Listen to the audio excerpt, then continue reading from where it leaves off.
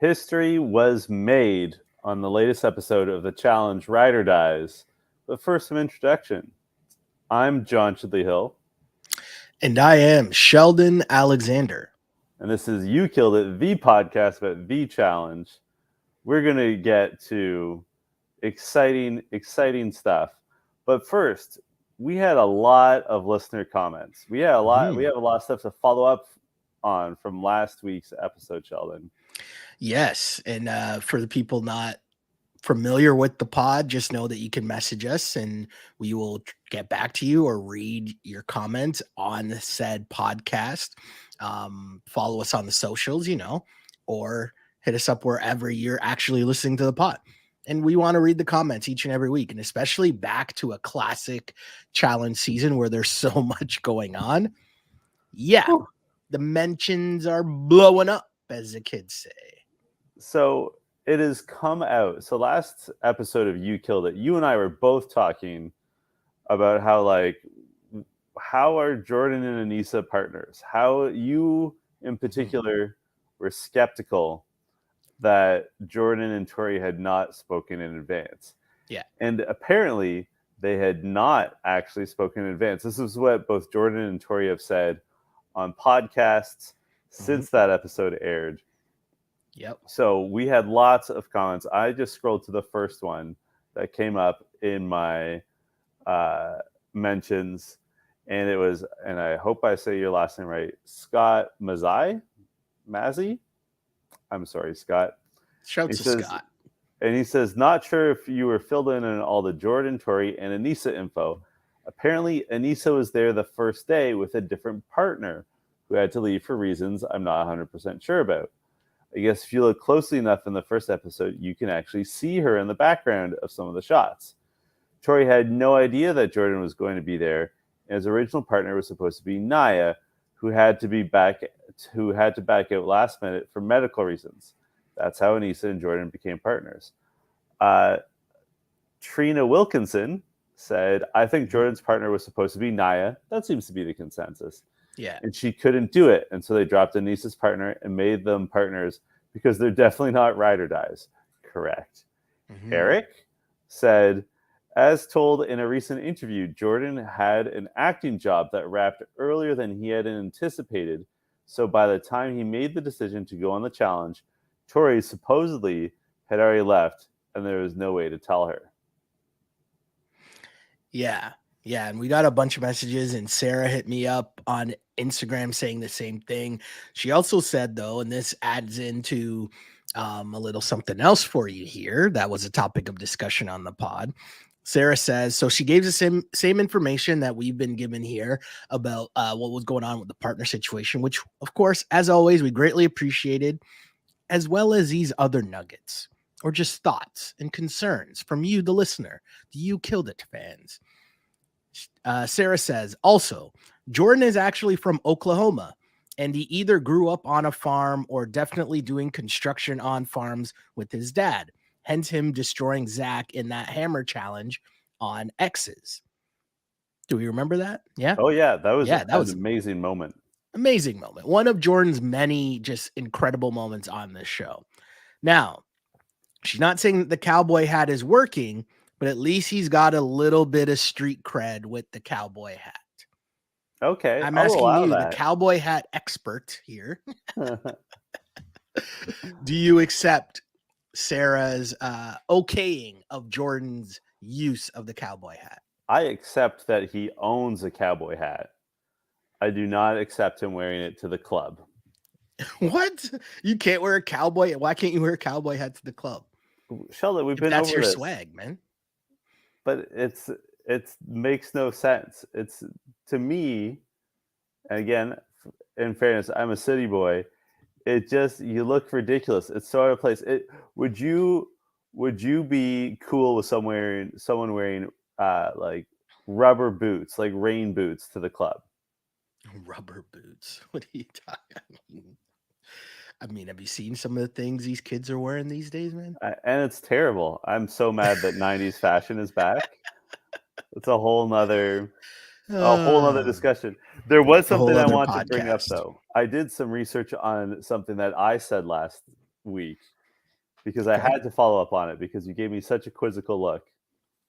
I said that there is a track out there that uses the same beat as Nothing by Nori, Mhm. and it's Billie Eilish by Armani White. Now, if you were young and hip like me, you'd be on the TikTok and you'd have heard that song, but it's the same beat. And I humbly request that the listeners listen to Billie Eilish by Armani White and then listen to Nothing by Nori, and they'll see what I mean. You should So too. it's not actually a Billie Eilish song, though. No, the title of the song is Billie Eilish by the rapper Armani White. Does Billie Eilish co-sign this song? I don't know how she feels about it. He is using her uh, rather unique fashion sense as like an Mm, example of how he is dressed. okay. Okay. So I wouldn't. It's certainly not insulting, but I don't know that's complimentary. It's just an observation. Like I'm dressed like Billie Eilish. See, I don't know how I feel a lot about some of these things now because recent conversation had with a few coworkers and they're trying to get me to listen to Lil Yachty's Poland, and I thought this song was a joke. Like I thought it was like a song that was an SNL skit. Like what's a Lonely Island? Like I was like, this isn't a real song. I thought they were joking around. They're like, no, this song's awesome. I'm like, this is not. No, sorry. No, If I'm old and washed because I'm saying that's trash, I'm okay with that. I actually think you would be. You might enjoy this song. Okay, interesting. Okay. Well, speaking of enjoying songs, did you enjoy said episode? I did. It sort of ended on a disappointing note. I think it's fair to say. Yeah, but Uh, a predictable one. but I mean, we knew they were coming.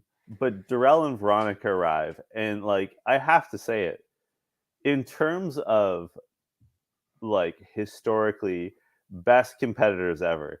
This season Okay. now has Darrell, Veronica, Mhm. Bananas, Jordan, Laurel, arguably five of the best eight players to ever do it. Like we're only missing CT West and Kara, right? Oh, and Yeah. Sarah Rice, maybe. Yeah. Like this season sucks if you're a rookie, Yeah. right? Because, and I wonder too how much of this was done by production purposely, right? Like, okay, so let's say, because I have a coworker, shouts to my guy C Brown, Mhm. who says that he started watching the last season, the Challenge USA on CBS, because he watches like those shows, right? Like Survivor, Big Mhm. Brother. I think he's a big Survivor guy though. That's his jam. Okay. But we were talking about the challenge, like the regular challenge, and he said, "Oh, I'm gonna watch the regular challenge. I know some of the people now. I understand the game. Blah blah blah." And so my thought is, did they purposely introduce this season with all of the newer people on purpose to like hook in the newer people? Because we're already in. We're gonna be here, Yeah. right? But then now you sprinkle in all the challenge vets that are coming in to give them more street cred with the new people, but Mhm. also to have us be like, oh, the challenge is back. This is all, because if you just had the normal crew right from the beginning, well, it's already set up. It's already this whole like rookie versus thing, and it's not really built in, but you're not even getting enough of time to like get to know.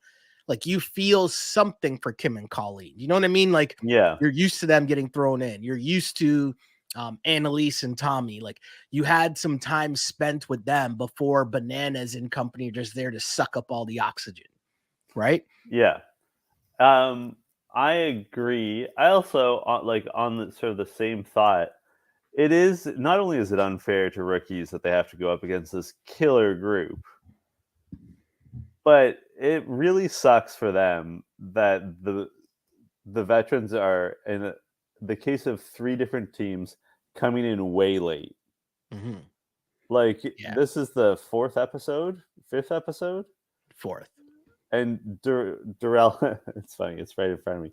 Darrell and Veronica missed so much stuff, right? And like in Darrell's case in particular, it suits his game that he like hasn't had to politic because Mhm. Darrell's not interested in politicking.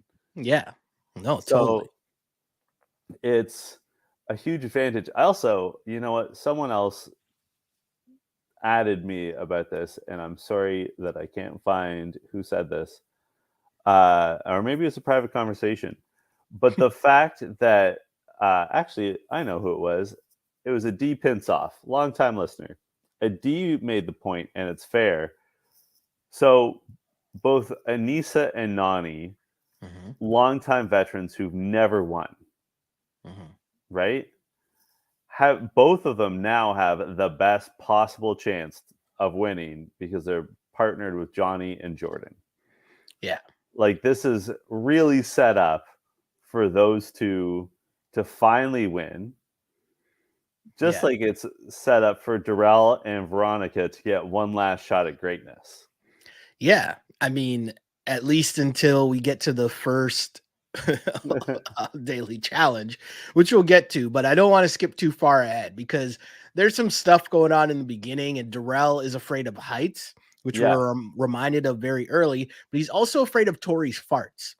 And right. he doesn't want to stay in the same room as Tori because he says she farts a lot. And she says, wait a second, how many people know that about me? Which, like, I mean, I don't think we knew that.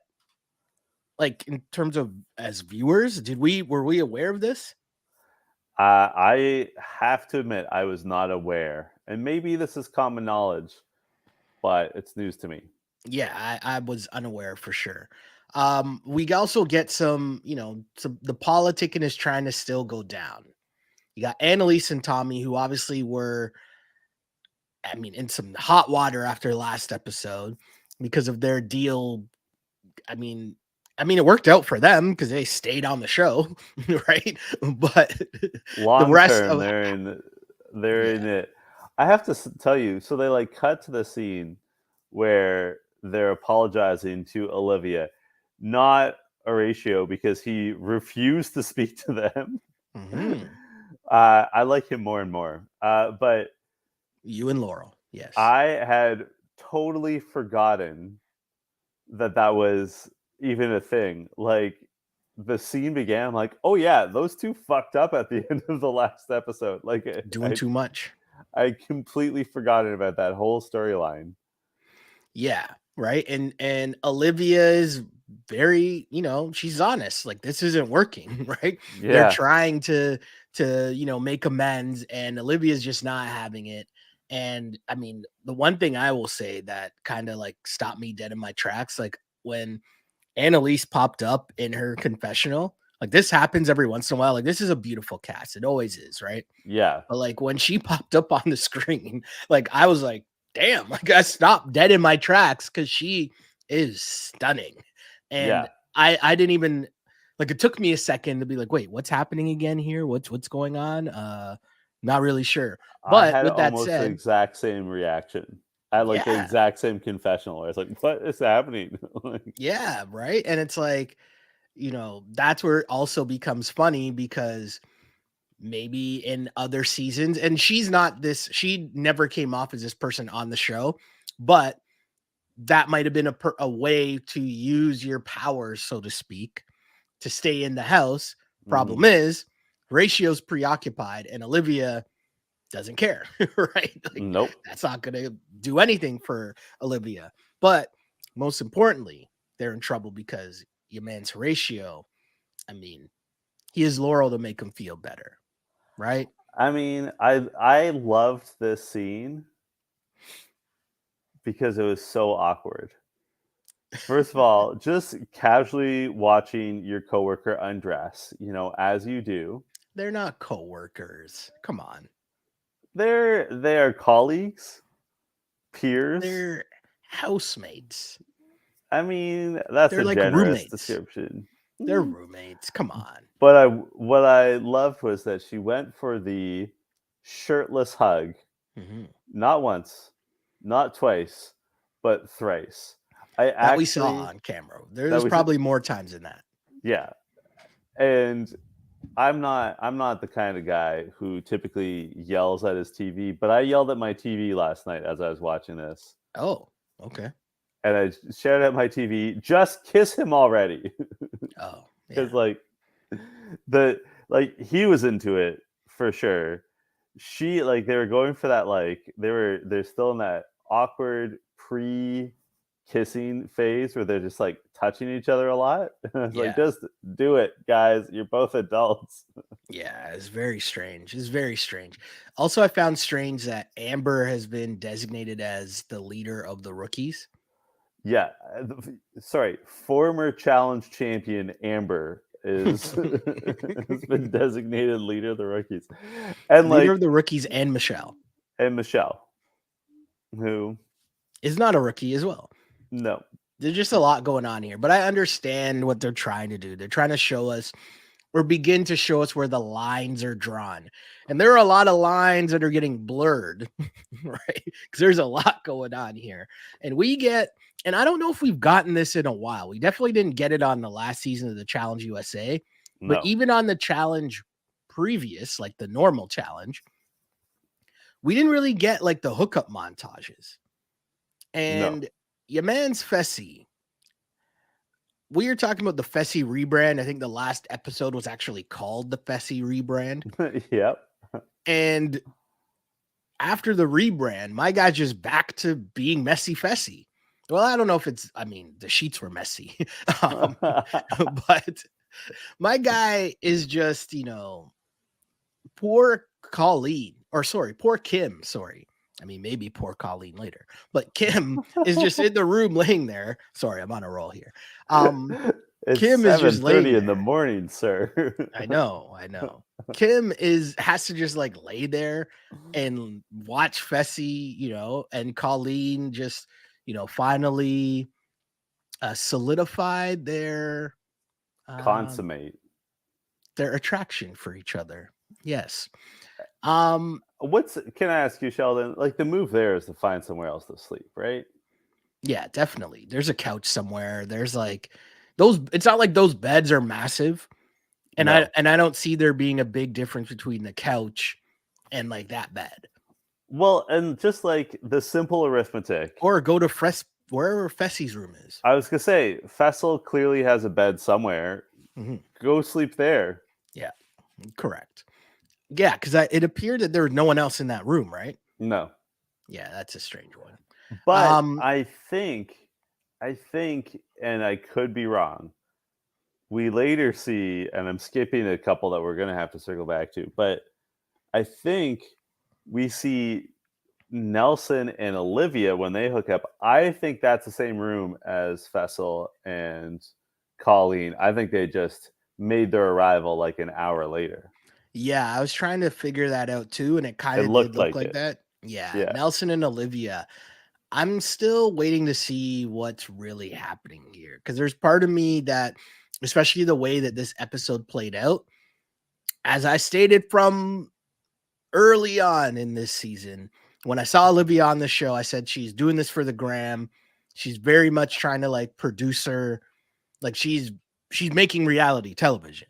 Yeah. And this episode almost just solidified that. And I say all that to ask the question, what is actually happening with Nelson? Is she actually in it for the right reasons?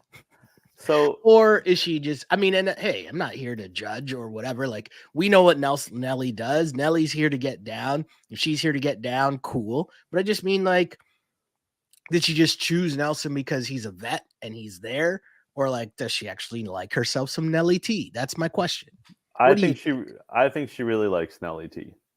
Okay. Because he pursued her from what we've seen.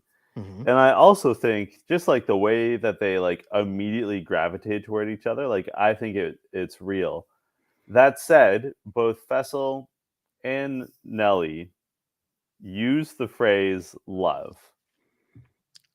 No one's in love among these four. Colleen is not in love with Fessel, and vice versa.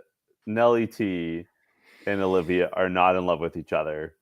that is like, this is summer camp talk, guys, and like they Yeah. should be old enough to know.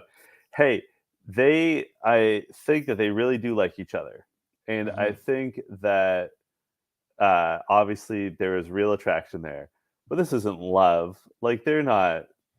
There's no deep connection on. I mean, first of all, neither Nelson nor Fessel have any kind of depth to them. Yeah. Second of all, Wow. I like that you agreed to my insult and then realized what a cut it was. I just But like blindly agreed, and then I was like, "Wait a second, that's mean." but but like there's just like what are Colleen and Fessel talking about? Mhm, mhm. Yeah, I mean, They're not talking about Taylor Swift's Midnights. Like they're not. There's not hold a on. lot. Can we pause there for a second? Have Yeah. you listened to that album? Yes. Is it just me, or do all the songs sound the same? Oh And my I will god. say this, I am not a Taylor Swift fan. I'm not like, I can't say that I've ever bought one of her albums. I can't even say that like I downloaded this album onto one of my personal devices. But I was with the girlfriend. We decided to play the album. I was like, oh, okay, cool. She wanted to listen to it. I'm like, yeah, curiosity. And then after a while, I was like, wait, is this the same song? Or is your thing on repeat? Or like, wait, but no, the lyrics kind of sound different, but everything sounds the same. And I You're don't gonna even know get us how in many so much trouble. songs we got through, but I was like, yeah, At the very least, Sarah Casellas is going to be furious with you. I just asked a question. We discuss music here and there. We all have our own musical tastes. Hey, I liked Bad Blood. That was a great song. You Yeah. know, T Swizzle has some hits. I'm not denying her star power. I might not, I mean, see, I was going to take a turn there and I stopped myself. Whew. But my point more so was just asking the question like, do you like the album? I completely agree with you. Every song sounded the same. I like Taylor Okay, Swift. right. Okay, so I'm not crazy. Okay. No. You tried to like just hang me out to dry there. I I don't absolutely like it, did. especially after my blind support of your slander of Nelly-T. I mean, hold on. You cannot compare Nelly-T to Taylor Swift. I mean, they both have T's. I don't know. Taylor I need my Swift's I need my guy LT, our guy LT to give us his Taylor Swift review here. and Because I I want to know be he's clear. all over it. I like Taylor Swift, and Evermore was a good album. She has, and like what she's done with Taylor's version is so smart and so clever. She has so much to offer. Mhm. But I'm sorry, every song on Midnight's sounds the same. And We've she does never that whisper discussed. singing in every single one. You know what I mean? Oh, Oh, we're in now so the much. truth is coming out. I Finally. mean, You let me I'm the go bigger along hater this than whole you. thing to let me get all the slander from the Swifties, right? And then now the truth comes out. I see how it is. I see how it is. Good. What I was gonna say though is I know we've never talked about this before, Hmm. but for a very long time had this like angst towards Taylor Swift Okay. because she reminds me of the girls from our high school that were just really annoying. I'm just gonna say that much and just Oh let it man, go. I'm not gonna put you on the spot and ask for names while we're No, recording, but there's how we're many gonna names? follow up on this But what do we conversation, need names Sheldon. for? Like, I mean, what do we need names for? Like, I feel like that is enough said. No, like No, I what? want to know names, but not now. There's I can't even say that I see this is gonna go. Yeah. See, I'm gonna just stop myself there. This is what So happens when we yes, record too early in the morning. daily challenge. Wait. You skipped over something that we cannot skip over. Track 5 was an actual banger. Jordan and Oh, Tori slept together. were they listening to Midnights? Um, I'm why are you sorry. doubling Okay, down I'm like sorry. this? I'm sorry. What do Okay, you think of Jordan and this Tori. move? I'm Uh, back. Jordan and Tori, yes. what do you think of Jordan and Tori sleeping together? This might be the first like um truth serum that I will firmly believe from not the first, that's mean, because that's not true. And that's also not true. I shouldn't say that. I really did though believe what Tori was saying because she was saying, like, hey, this felt familiar. This felt comforting. Mm-hmm. And I can totally see that, right? You come into this challenge house, we know all the chaos that the challenge house brings and the uncertainty and like just like all the feelings and emotions of the day-to-day life and drama of who's going in, who's not going in, are you in trouble? Did you win? Did you lose a daily challenge? How did you do? Are you on the block? Who's in your alliance? All these things going on that when you like to go to sleep at night or you want to just chill, it helps to be comforted by something familiar. And so they have this bond that regardless of what happened, you're in the situation, you can reconnect with someone in that moment. I totally understood that. That made a lot of sense to me. I mean, I get it. Cool. Do you? I'm not much of a backslider in relationships. Like when I'm done, I'm done. So this is hard Hmm. for me to relate to, Hmm. especially after a year or 18 months or whatever it's been. Hmm. Like I'd have a hard time even speaking to my ex. So I just found this to be a curious phenomenon and like something that like I know obviously they had confessionals, but like they spent more time on Colleen and Fessel than they did Jordan and Tori. Not Well, necessarily hooking back up, but like there's just like that seemed to me to be more momentous than Nelly-T and Olivia or Fessel and Colleen. well, we didn't have the scene of Jordan or Nelly-T carrying their That's significant other true. to bed. And Devin having his sleep interrupted. Right.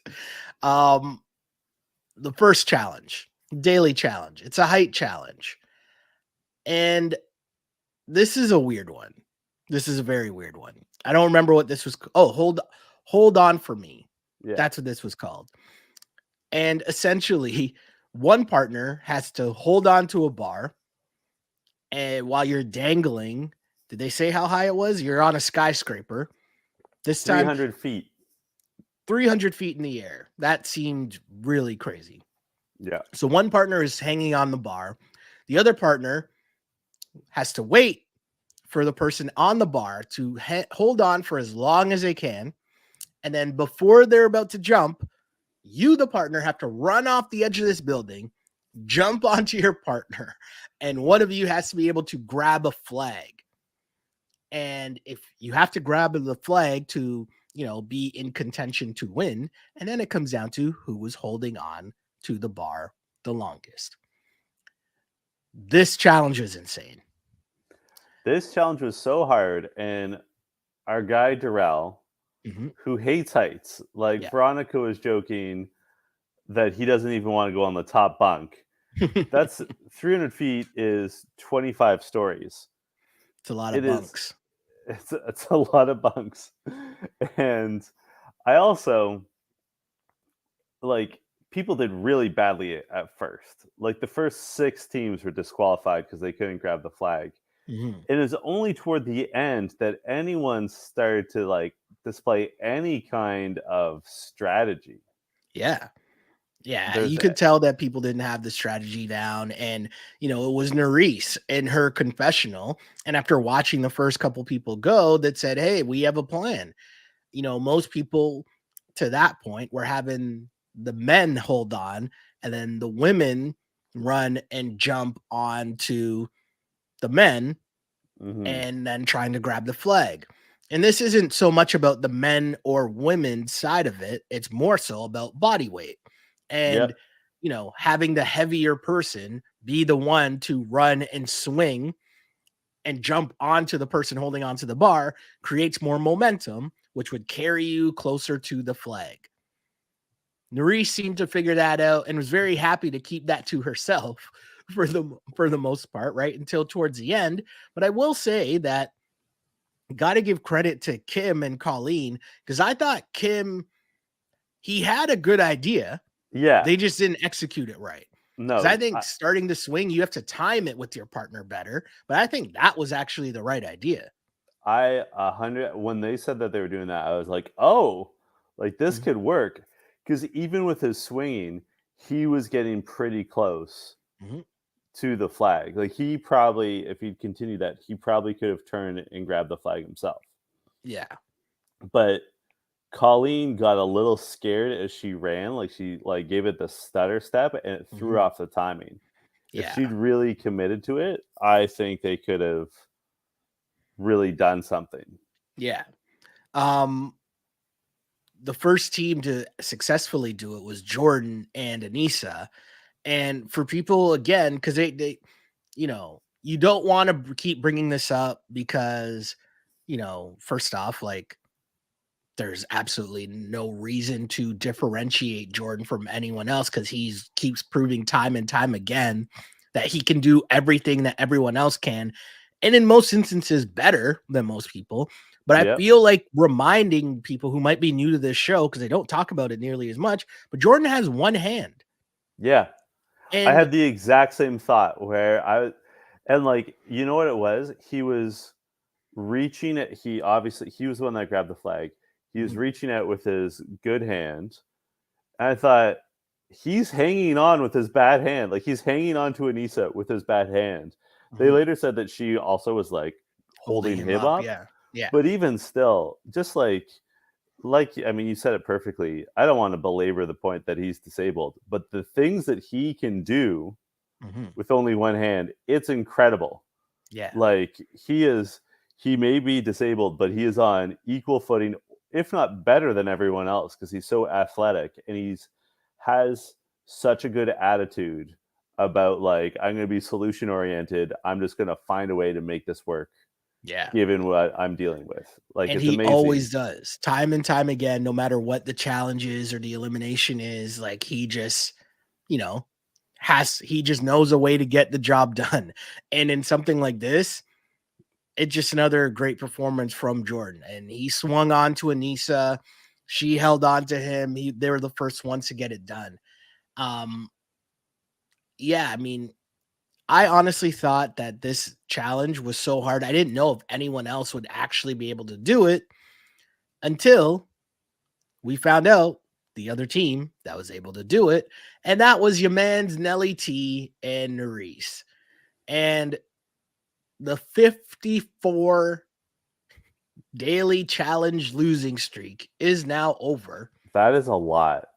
It's so much. Like, that is a lot. 54 daily challenges. That's the losing streak that Nelly-T was on. And we were talking about it, I think, a couple of weeks ago about, oh, well, it has to end or else they wouldn't keep bringing it up, right? The Yep. assumption is that it would end at some point.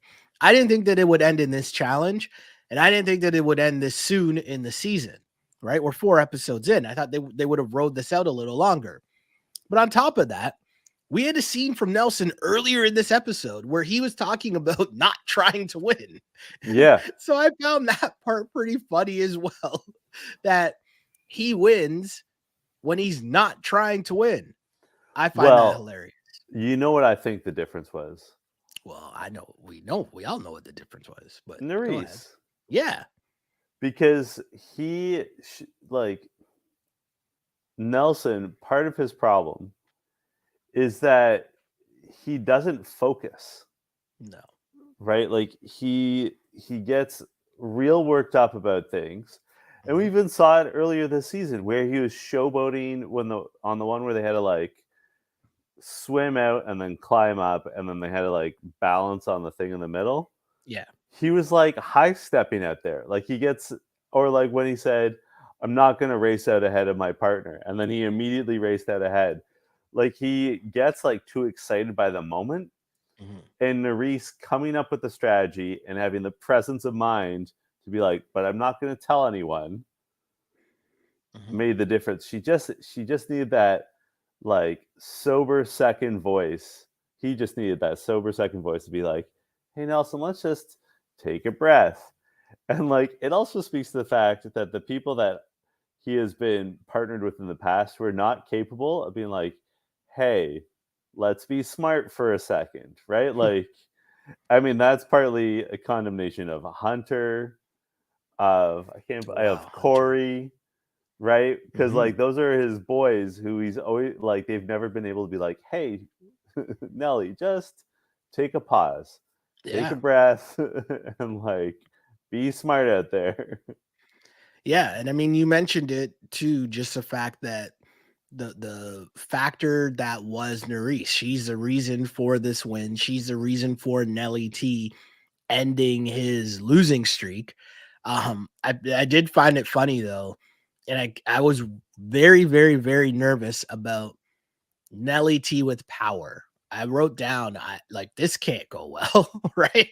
Like, what is Nelly gonna be I up to was here? not a believer. I have to. So this is my line of the episode. Nelson says, "But do you want this power? Because with great power comes great responsibility." Shout out to Spider-Man. And then he Yeah. goes, "And I'm not a very responsible guy." And we love a self-aware king on this Mhm, podcast. mhm. We love someone who knows their limits.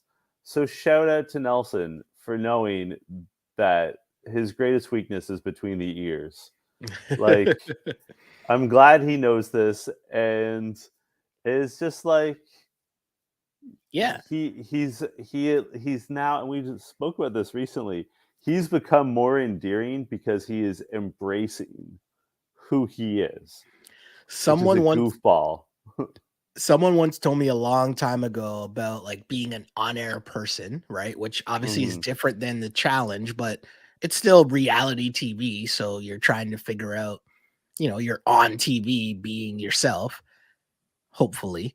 But the way that it was explained to me was the most difficult thing is finding out who you are on camera.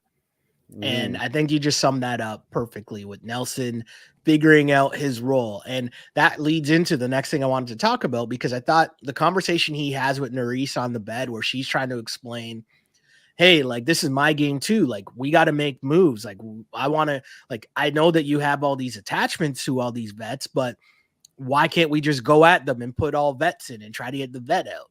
And Nelson has a very like good and rational conversation with her about, that's not really the wise move. That's not how it works, right? Like, the numbers are still on their side, and you got to think long term, right? And the long term move, if you go at the vets and put them all in, and then next week when they win, they're coming back for us.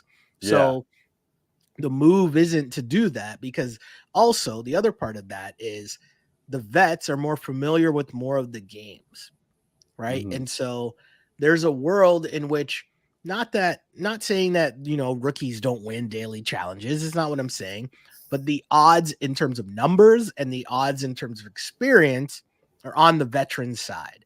So they are more likely to be striking back at you next week if you try to make a big move right now. And Nelson's not saying that he's never going to go at them. He's just saying you don't want to be the person to take the first shot. Yeah. And that is just from experience, because we know, and he talked about it, how he and Corey and Hunter made their entryway into the challenge and what they tried to do, and it wasn't very successful.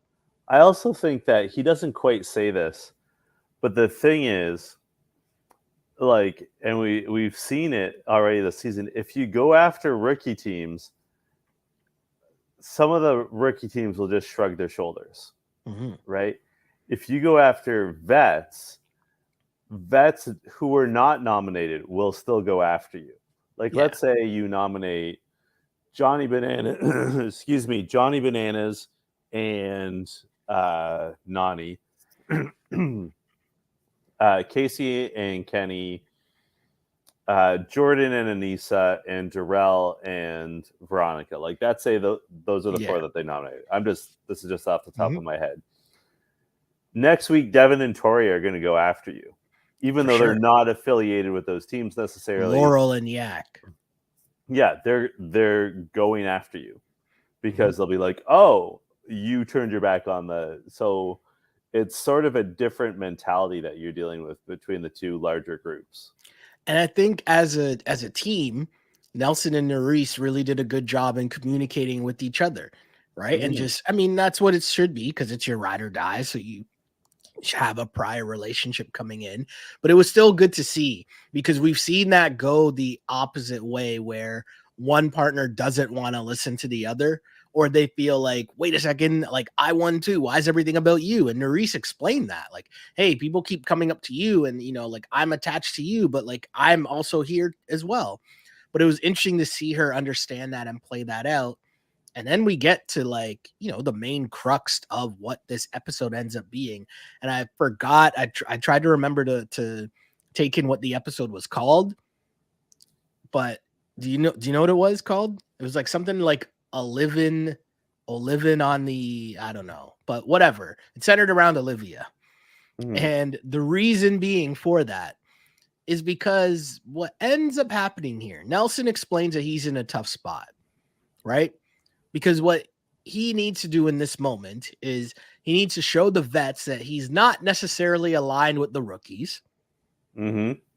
So he has to show some form of loyalty, that he's not trying to like draw the line in the sand between the rookies and the vets, or between the vets and like separate himself from them. But he then also has to put in enough groups that's not going to ruffle any feathers, which means putting in rookie groups. Mhm. But also a big thing that Nelly has gotten himself in trouble with before is being mesmerized by the women in the house and having that affect his gameplay. So what they try to do here, and Olivia comes up with this plan, is that, hey, if you put in herself and Horatio, then at least the rest of the house sees that he's playing the game, and he's playing the game with the vets. But the other two people they put them in with, if they can make a deal, it would guarantee that Olivia and Horatio are not going home.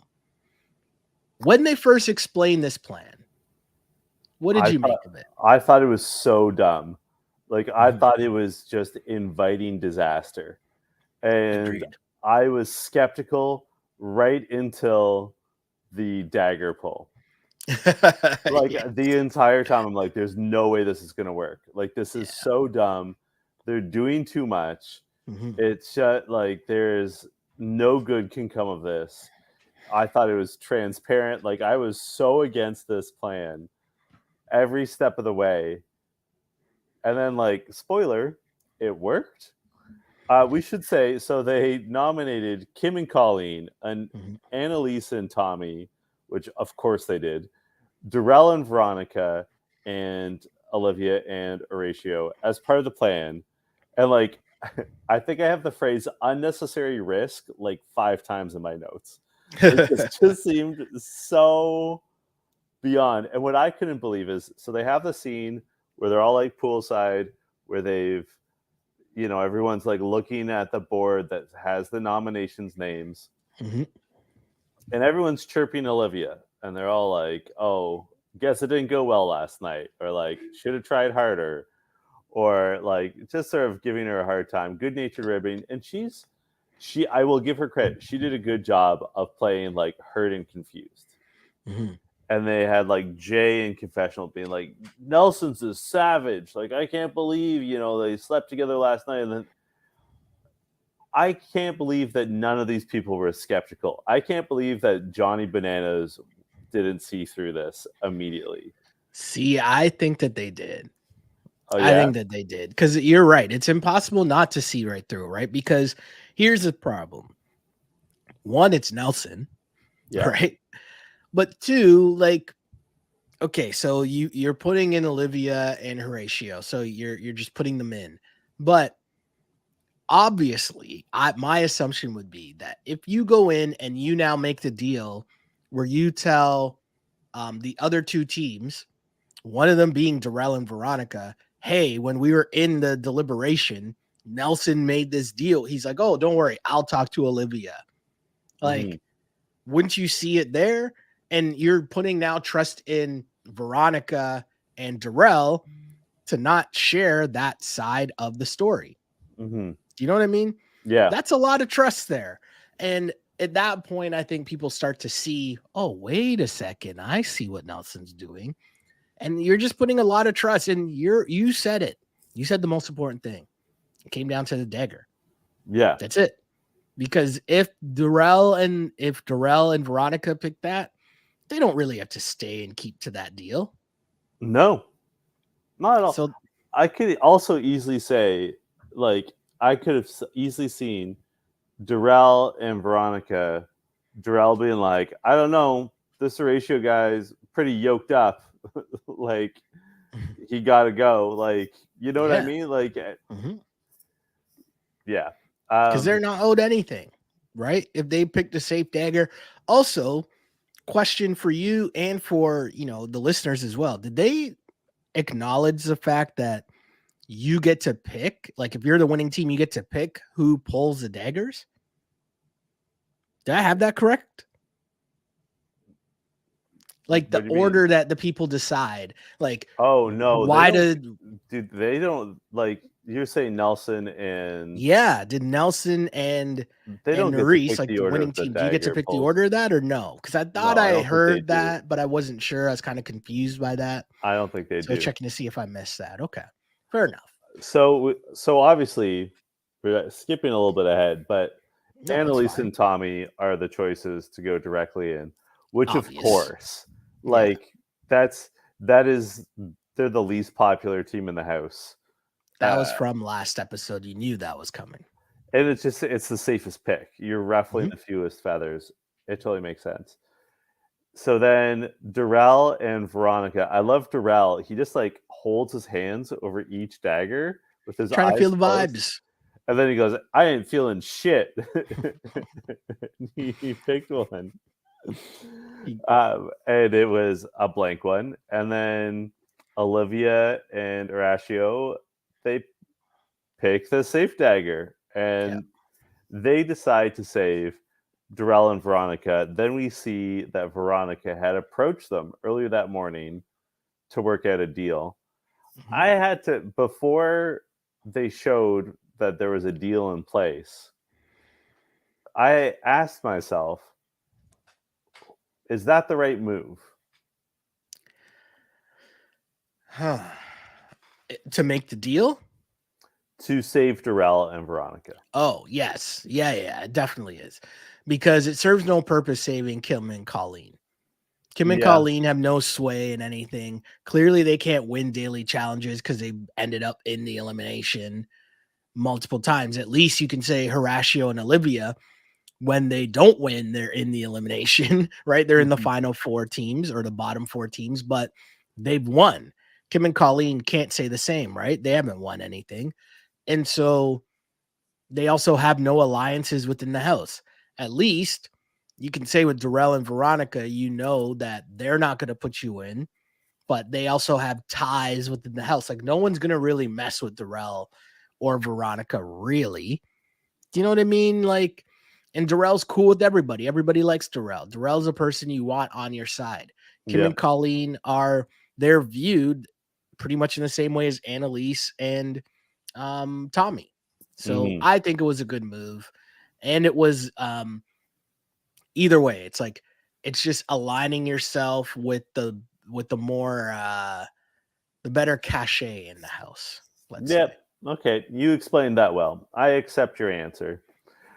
So they're playing Flipping Wasted, which Yeah. is your partner, the woman of the pairing, is on what is essentially like one of those like lifeguard boards, but they're on a board that's on a hinge, and the man has like ropes, like a pulley system, and has to pull them up so that they can solve a puzzle.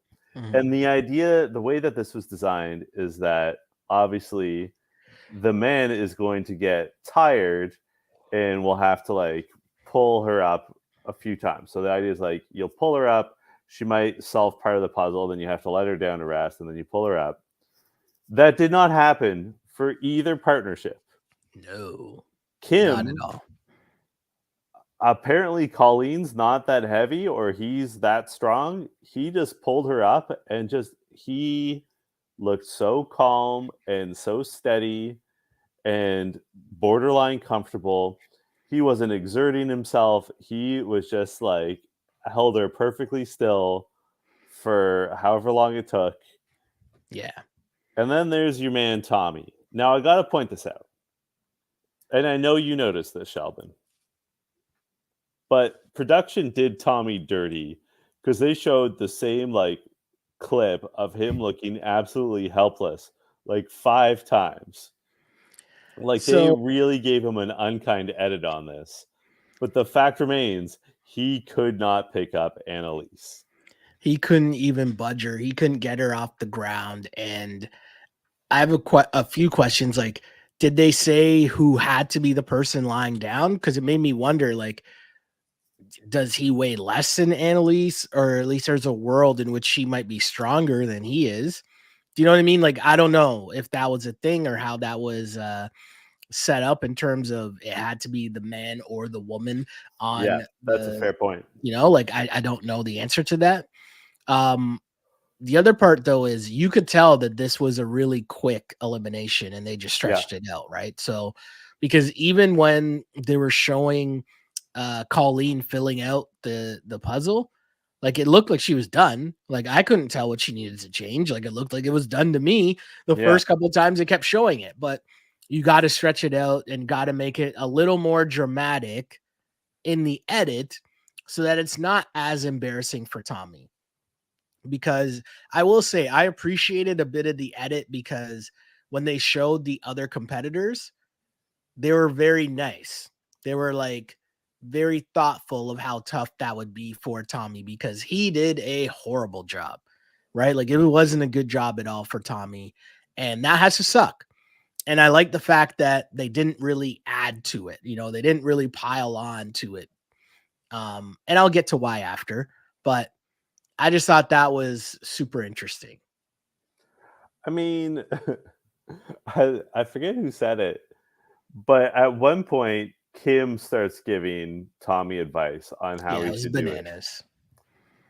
And just like, I don't think Kim was doing that to be a dick, No. but that is rough. That is Yeah. rough when the guy you're competing against feels so confident that he starts like giving you advice. And in fairness, I don't know that Tommy had the strength to do it, but his technique was so bad. Like he kept like lifting Mhm, one foot up. You definitely need both feet down to mhm. get as much grip as possible. He like I know he's not the biggest guy, but like it looked like his rope was shorter somehow because he wasn't using all of it Mhm. somehow. Like, yeah, He was also just in his own head, right? Like once yeah, it's not going well and you know that you're behind, you could tell that he just got even more and more rattled. And then it was point of no return. You had no chance at that point. Now you're trying to play catch up. You're trying not to embarrass yourself, but you're thinking about how embarrassed you actually are. hmm Poor guy. It just wasn't a good look at all. no. And again, they did him dirty on that edit. They had that one shot of him like flinging his leg out and almost doing a pirouette. They showed it Yeah. like 5 times. Like it was like America's Home Videos out there where he's just like Mhm. showing the worst part over and over again.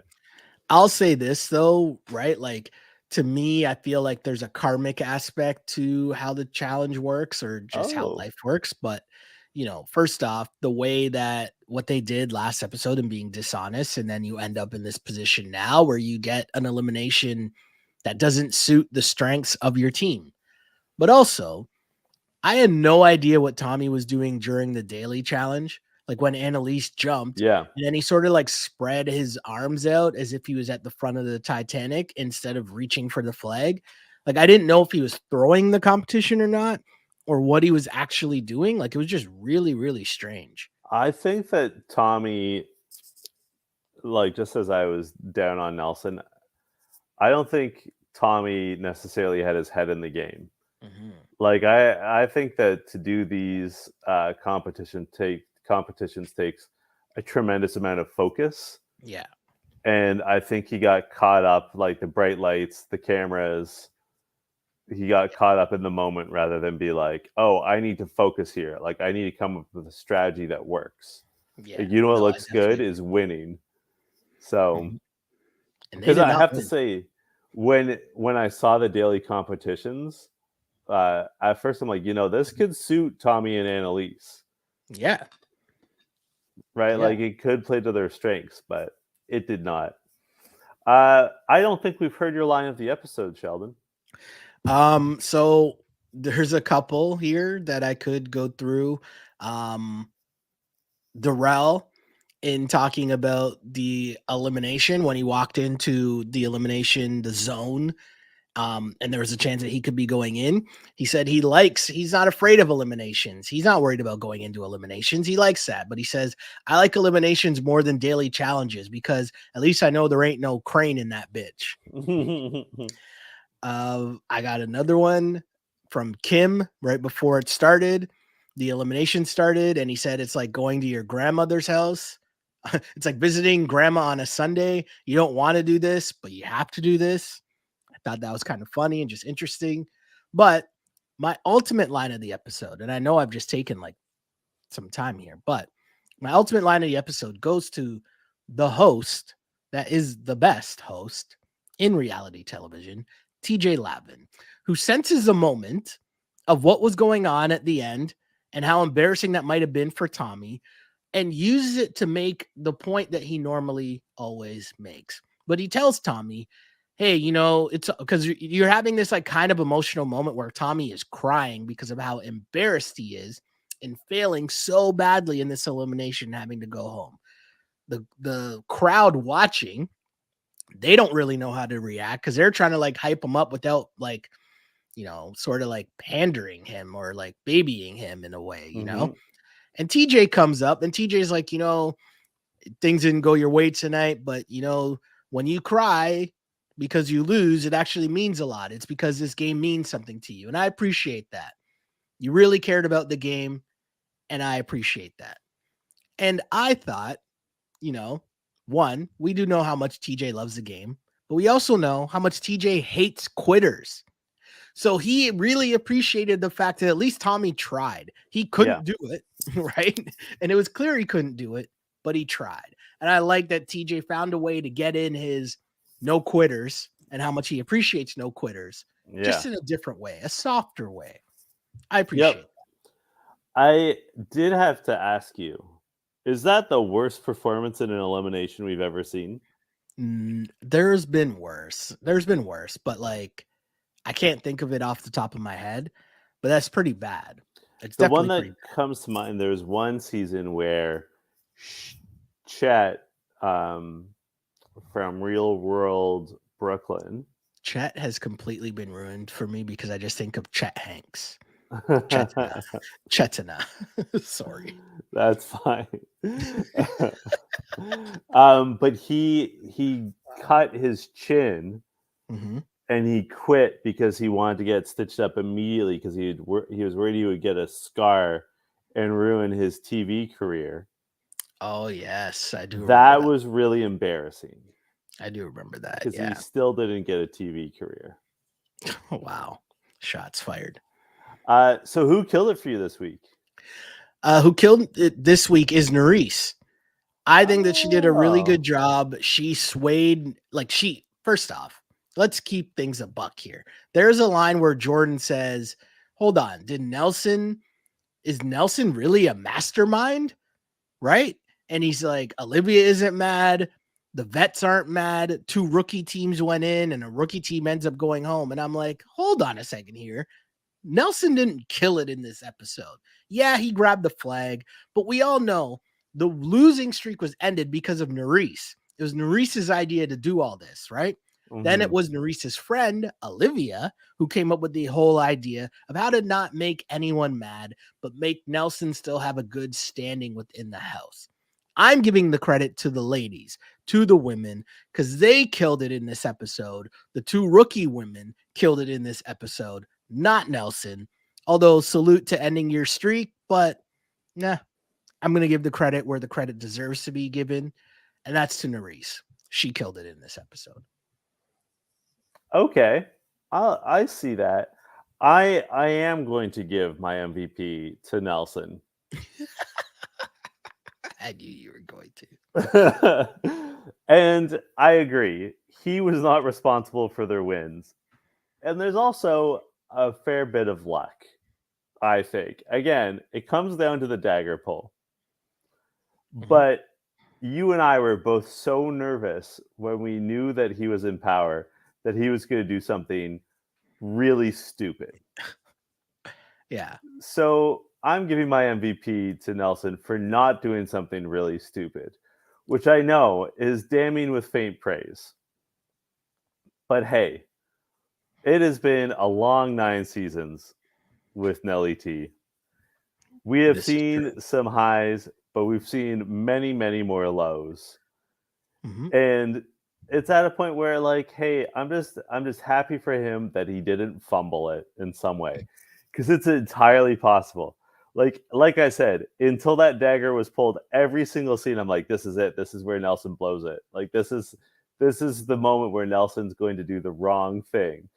This is where Nelson is going to get into an argument with someone who's probably his friend, and Mhm. he's going to tell them his entire plan. He and Olivia are going to end up making out anyway in front of everyone, and they're going to know it's fake. Like, every step of the way, I'm like, no, Nelson's going to blow this because he always blows it, but he didn't. So shout out to you, Nelson. You didn't blow it, and that's enough to get an MVP. In part because the other options were Colleen and Kim, and maybe giving Tommy an LVP. So, you lucked into this one, Nelly-T, the greatest honor of all. You killed it. You killed it. MVP prize. I like it. Where can the good people find you on social media?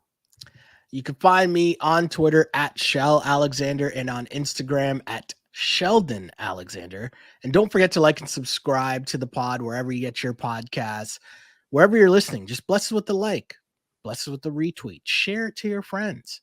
Get your friends involved in the challenge and in the You Killed It podcast because we're a cool hang. Why not? And you can find me on Twitter and Instagram at jchidleyhill.